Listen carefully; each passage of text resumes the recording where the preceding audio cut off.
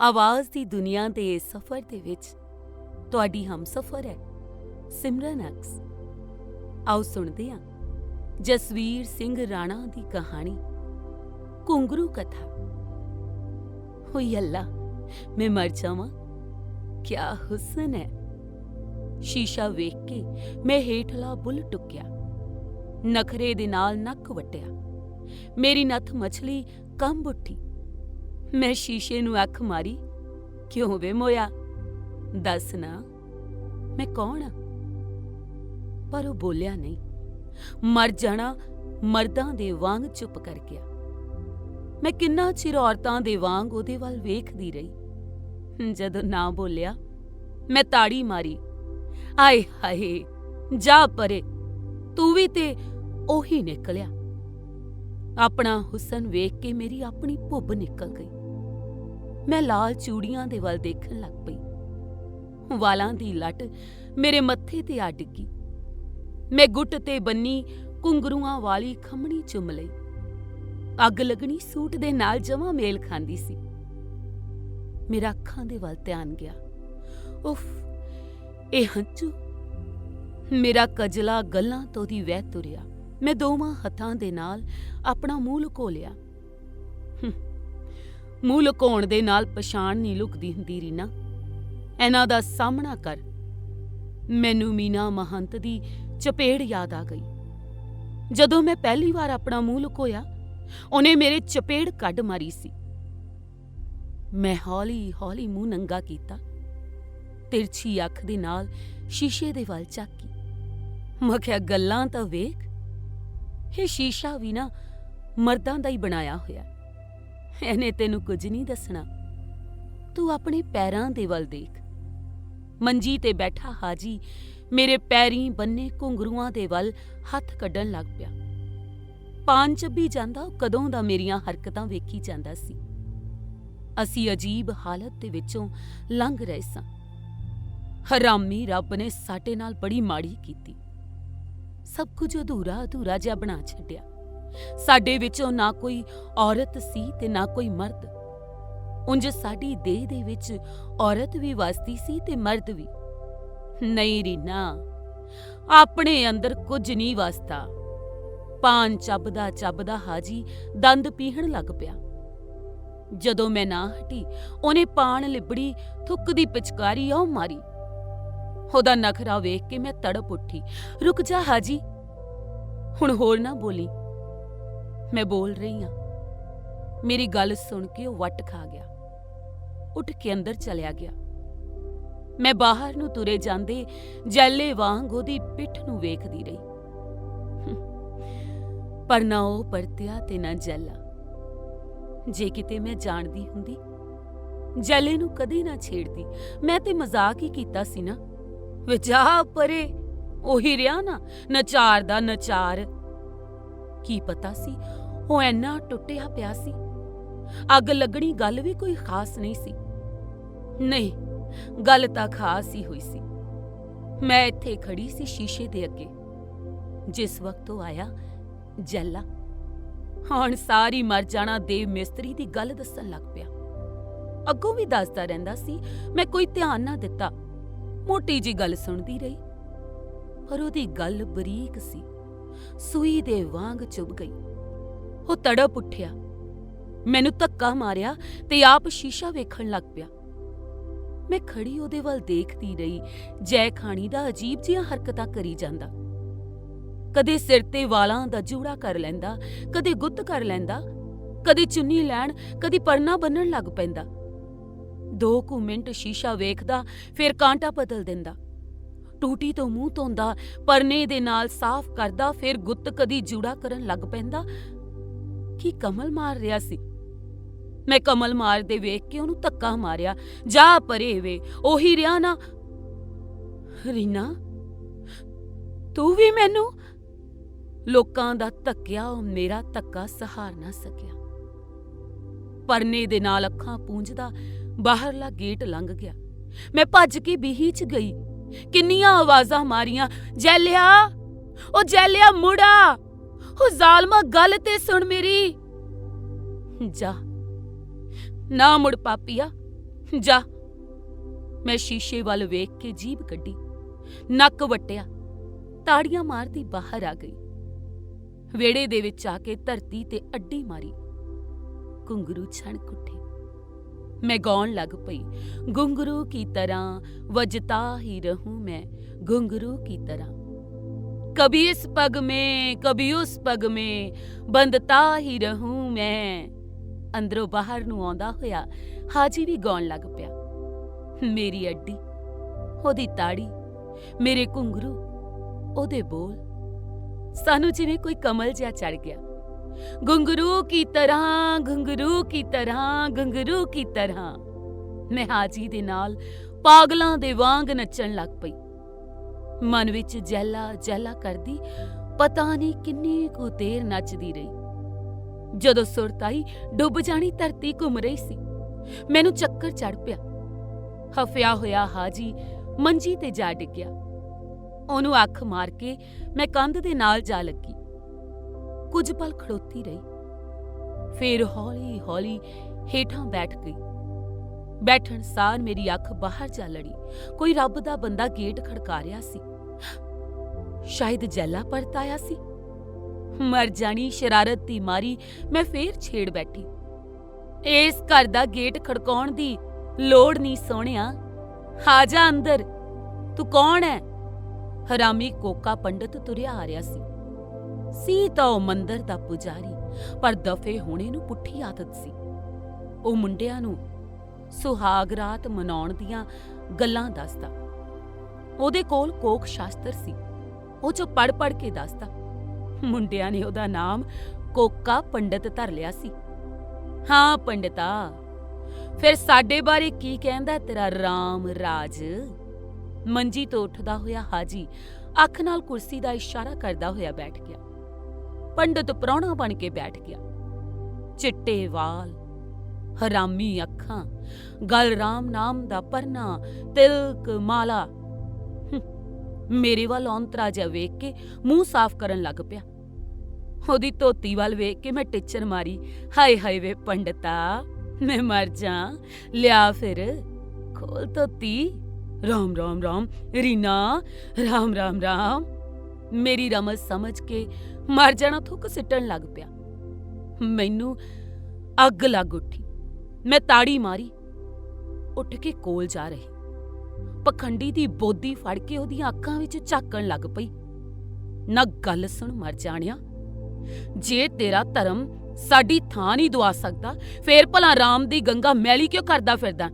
जा दफा हो जा इत्थों, नहीं तां बोदी पट के ना मगर दे दियूं हरामी दे।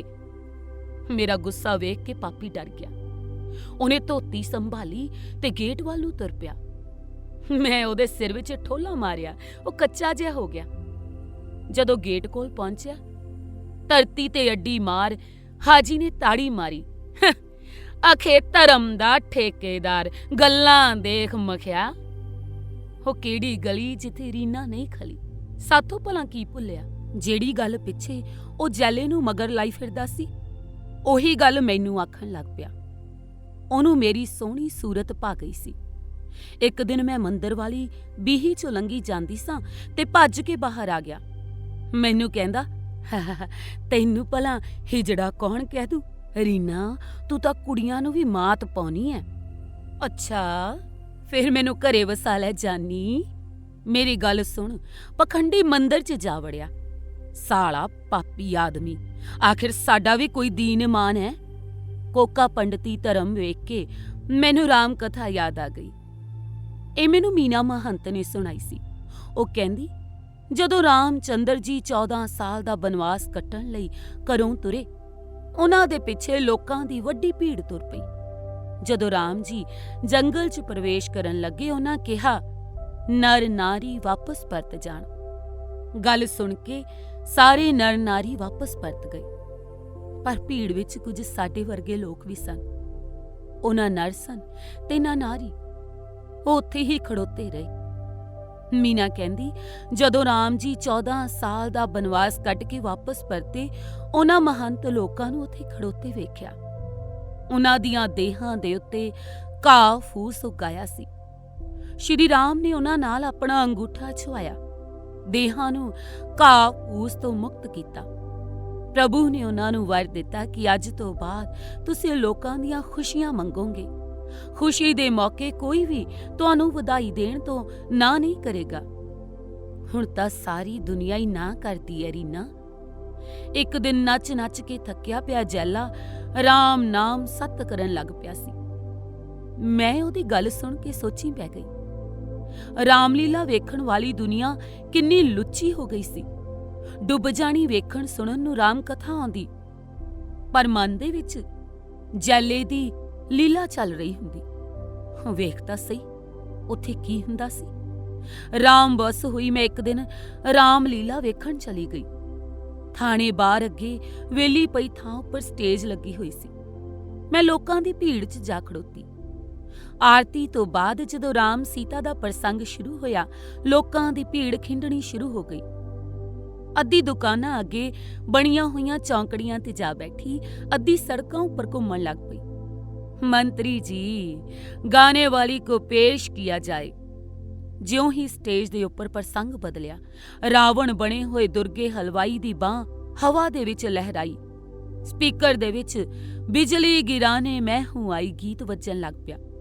ਖਿੰਡੀ ਹੋਈ ਭੀੜ ਦੁਬਾਰਾ ਹਨੇਰੀ ਦੇ ਵਾਂਗ ਆ ਚੜੀ। ਵੇਖਣ ਵਾਲਿਆਂ ਦਾ ਧੱਕਾ ਪੈਣ ਲੱਗਾ। ਕਈ ਸਾਲਾਂ ਤੋਂ ਰਾਮਲੀਲਾ ਵਿੱਚ ਨਚਾਰ ਬਣ ਕੇ ਨੱਚਦਾ ਆ ਰਿਹਾ ਜੈਲਾ ਸ਼੍ਰੀ ਦੇਵੀ ਦੇ ਵਾਂਗ ਲੱਕ ਮਾਰ ਮਾਰ ਕੇ ਨੱਚਣ ਲੱਗਾ। ਉਹਦਾ ਨਾਚ ਵੇਖ ਕੇ ਮੈਂ ਤਾੜੀਆਂ ਮਾਰਨ ਲੱਗ ਪਈ। ਵਾਹ ਜੈਲਿਆ ਵਾਹ, ਉਹ ਵਾਹ ਤੇਰੀ ਲੀਲਾ, ਵਧਾਈਆਂ ਜੀ ਵਧਾਈਆਂ। ਵਧਾਈਆਂ ਜੇਠਾ ਤੈਨੂੰ, ਵੇ ਤੈਂ ਮਸਾਂ ਡੂਮਣਾ ਚੋਇਆ। ਹਾਜੀ ਨੂੰ ਛੇੜਦੀ ਹੋਈ ਮੈਂ ਮੁੜ ਸ਼ੀਸ਼ੇ ਦੇ ਅੱਗੇ ਜਾ ਖੜੀ, ਮੇਕਅਪ ਠੀਕ ਕਰਨ ਲੱਗੀ। ਹਾਜੀ ਸਾਜੀਆਂ ਨੂੰ ਆਵਾਜ਼ਾਂ ਮਾਰਨ ਲੱਗ ਪਿਆ। ਹੋਏ ਰਾਜੂ, ਓਏ ਬਾਬੂ, ਕਿੱਥੇ ਮਰ ਗਏ ਹੋ ਜ਼ਾਲਮੋ? ਲਿਆਓ ਖਵਾਜਾ ਢੋਲਕੀ, ਵਧਾਈ ਮੰਗਣ ਚੱਲੀਏ। ਮੰਗਣਾ ਸਾਡਾ ਕੀਤਾ ਸੀ, ਨੱਚਣਾ ਸਾਡੀ ਹੋਣੀ।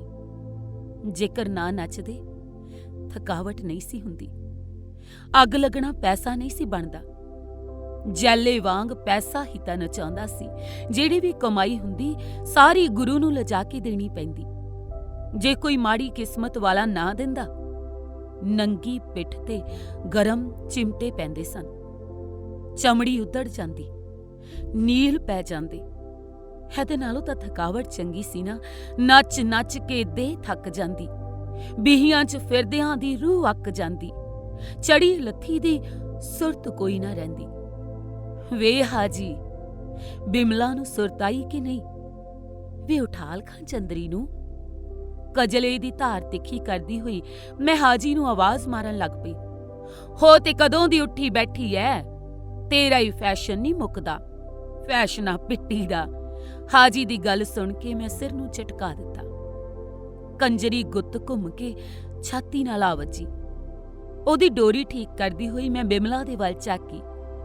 ਨਕਲੀ ਜਿਹਾ ਹੱਸੀ। ਮੇਰੀ ਛਾਤੀ ਦੇ ਵਿੱਚੋਂ ਚੀਸ ਉੱਠੀ। ਖਾਲੀ ਅੱਖਾਂ ਦੇ ਨਾਲ ਮੈਂ ਦਰਵਾਜ਼ੇ ਦੇ ਵੱਲ ਤੱਕਣ ਲੱਗ ਪਈ।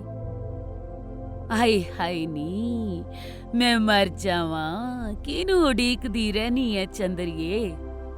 ਇਸ ਘਰ ਵਿੱਚ ਕਿਸੇ ਨੇ ਨਹੀਂ ਆਉਣਾ। ਚੱਲ ਚੱਲੀਏ ਸ਼ਿਮਲਾ। ਨਾਗਣ ਗੁੱਤ ਨੂੰ ਪਿਛਾਂ ਸੁੱਟ ਕੇ ਮੈਂ ਤਾੜੀਆਂ ਮਾਰਨ ਲੱਗ ਪਈ। ਤਾੜੀਆਂ ਮਾਰਦੀ ਬਿਮਲਾ ਸਾਜੀਆਂ ਵੱਲ ਨੂੰ ਤੁਰ ਪਈ। ਹੋਈ ਮਾਂ, ਉਹਦਾ ਦਰਦ ਮੇਰੀ ਰਗ ਰਗ ਦੇ ਵਿੱਚ ਫਿਰ ਗਿਆ। ਮੇਰੇ ਵਾਂਗ ਉਹ ਵੀ ਦਰਦ ਪੀਣ ਲਈ ਜੰਮੀ ਸੀ, ਕਰਦਿਆਂ ਤੋਂ ਵਿਛੜਨ ਲਈ ਜੰਮੀ ਸੀ। ਨਾ ਰਹਿਣੀ ਕਈ ਦਿਨਾਂ ਦੀ ਬਿਮਾਰ ਸੀ। ਮੈਂ ਉਹਦਾ ਬੜਾ ਖਿਆਲ ਰੱਖਦੀ, ਪਰ ਉਹ ਹਰ ਵਾਰ ਮੇਰੀ ਜਾਨ ਕੱਢ ਲੈਂਦੀ। ਵੇਖੀ, ਆਪਣੀ ਖਬਰ ਲੈਣ ਵਾਲਾ ਕੋਈ ਵੀ ਨਹੀਂ।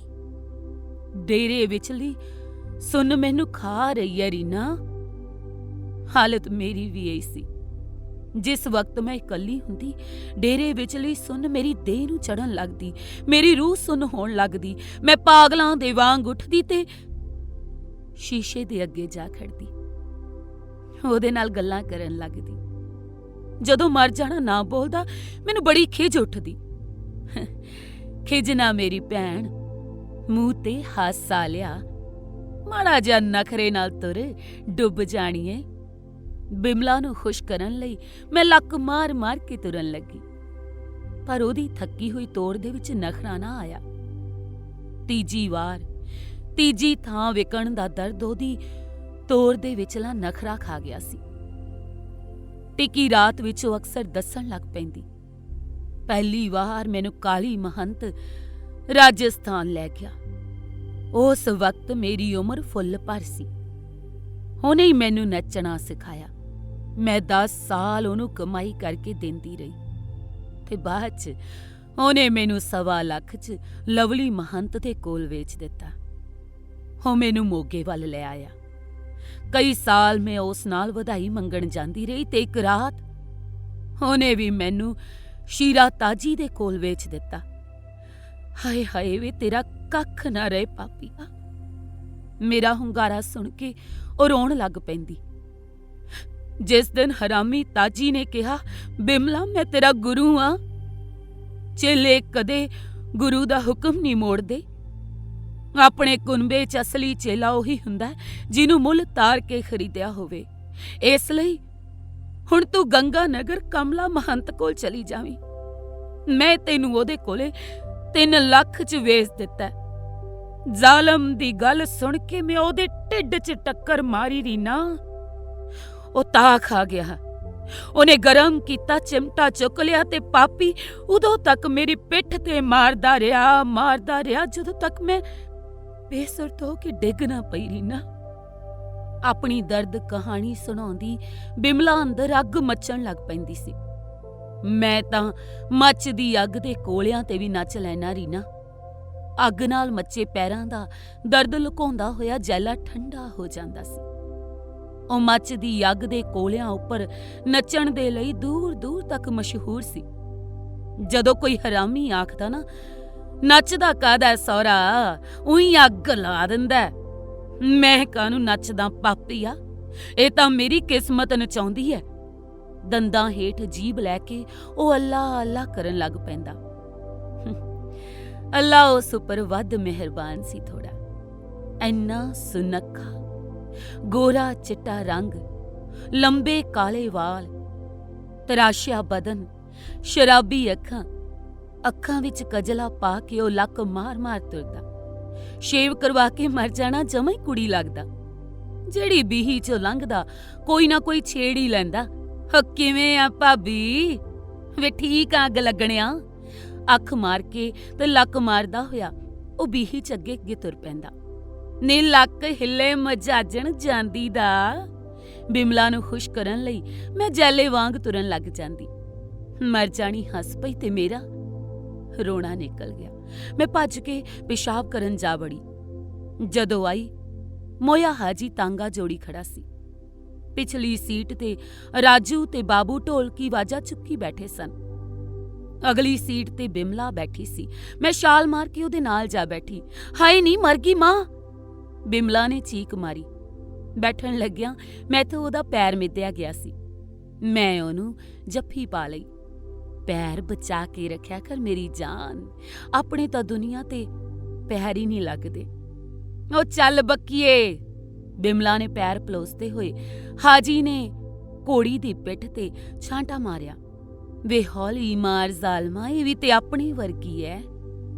ਘੋੜੀ ਦੀ ਪਿੱਠ ਤੇ ਛਾਂਟਾ ਮੇਰੀ ਪਿੱਠ ਤੇ ਚਿਮਟੇ ਦੇ ਵਾਂਗ ਵੱਜਿਆ। ਦਰਦ ਦੇ ਨਾਲ ਮੈਂ ਹੇਠਲਾ ਬੁੱਲ ਟੁੱਕ ਲਿਆ। ਮੂੰਹ ਤੇ ਹਾਸੀ ਚੁੱਕਾ ਲਈ।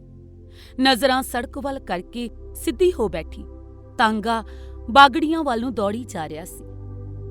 ਪਿੰਡ ਦੀ ਜੂਹ 'ਚ ਵੜਨ ਸਾਰ ਹਾਜੀ ਨੇ ਲਗਾਮ ਖਿੱਚ ਲਈ। ਘੋੜੀ ਹੌਲੀ ਹੋ ਗਈ। ਤਾਂਗਾ ਕੀੜੀ ਦੀ ਤੋਰ ਤੁਰਨ ਲੱਗਾ। ਸਾਡੇ ਤਾਂਗੇ ਨੇ ਮੜਕ ਨਾਲ ਜਾਣਾ, ਔਖੀਆਂ ਤਰੇਲ ਚੜ ਜਾ। ਮੈਂ ਕੋਲ ਦੀ ਲੰਘੇ ਸਰਪੰਚ ਵੱਲ ਚੁੰਮੀ ਵਗਾ ਕੇ ਮਾਰੀ। ਉਹ ਜਾਣਦੇ ਰੀਨਾ ਮਹੰਤ, ਜਾਣਦੇ ਤੂੰ। ਸਰਪੰਚ ਦੀ ਮੋਟਰਸਾਈਕਲ ਪੱਕੀ ਸੜਕ ਤੋਂ ਕੱਚੀ ਥਾਂ ਤੇ ਲੈ ਗਈ।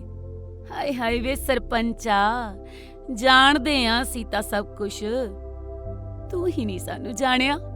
ਮੈਂ ਤਾਂਗੇ ਤੋਂ ਹੇਠਾਂ ਛਾਲ ਮਾਰੀ। ਗੁੱਤ ਘੁਮਾਉਂਦੀ, ਲੱਕ ਮਾਰਦੀ, ਸੜਕ ਕਿਨਾਰੇ ਖੜੋਤੇ ਸਰਪੰਚ ਦੇ ਕੋਲ ਜਾ ਖੜੀ। ਮਰ ਜਾਣਾ, ਮੈਨੂੰ ਕੁਰਸੀ ਵਰਗਾ ਜਾਪਿਆ। ਮੈਂ ਟਿੱਚਰ ਮਾਰੀ, ਲਿਆ ਫਿਰ ਸਰਪੰਚਾ, ਹੁਣ ਸਾਨੂੰ ਵੀ ਦਵਾ ਦੇ ਥਾਂ। ਮੇਰੀ ਗੱਲ ਸੁਣ ਕੇ ਦਫੇ ਹੋਣਾ ਹਿੱਲ ਗਿਆ। ਕਹਿੰਦਾ, ਤੁਸੀਂ ਜਦ ਵੀ ਕਰੋਗੇ ਸਾਲੀ ਪੁੱਠੀ ਗੱਲ ਹੀ ਕਰੋਗੇ ਹੈ। ਨਾ ਵੇ ਵੈਰੀਆ, ਐ ਨਾ ਬੋਲ, ਗੁੱਸੇ 'ਚ ਵੇਖ ਕਿੰਨਾ ਸੋਹਣਾ ਲੱਗਦਾ। ਜ਼ਰਾ ਸਿੱਧਾ ਹੋ ਕੇ ਤੇ ਵੇਖ, ਇਹ ਪੁੱਠੀ ਨਹੀਂ ਸਿੱਧੀ ਗੱਲ ਹੈ। ਕਿਉਂ? ਮੈਂ ਉਹਦੀ ਗੱਲ ਨੂੰ ਹੱਥ ਲਾ ਕੇ ਛੇੜਿਆ।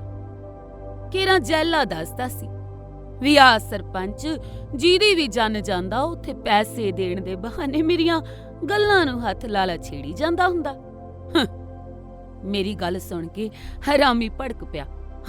ਉਹ ਚੱਲ ਜੈਲਾ ਤਾਂ ਫੇਰ ਵੀ ਕੁਛ ਹੈਗਾ, ਉਹ ਤੁਸੀਂ ਬੰਦੇ ਹੋ ਨਾ ਤੀਮੀਆਂ, ਨਾ 3 'ਚ ਨਾ 13 'ਚ, ਘਰਦਾਰ ਤੁਹਾਡਾ ਨਹੀਂ, ਮੰਗ ਕੇ ਖਾਂਦੇ ਹੋ।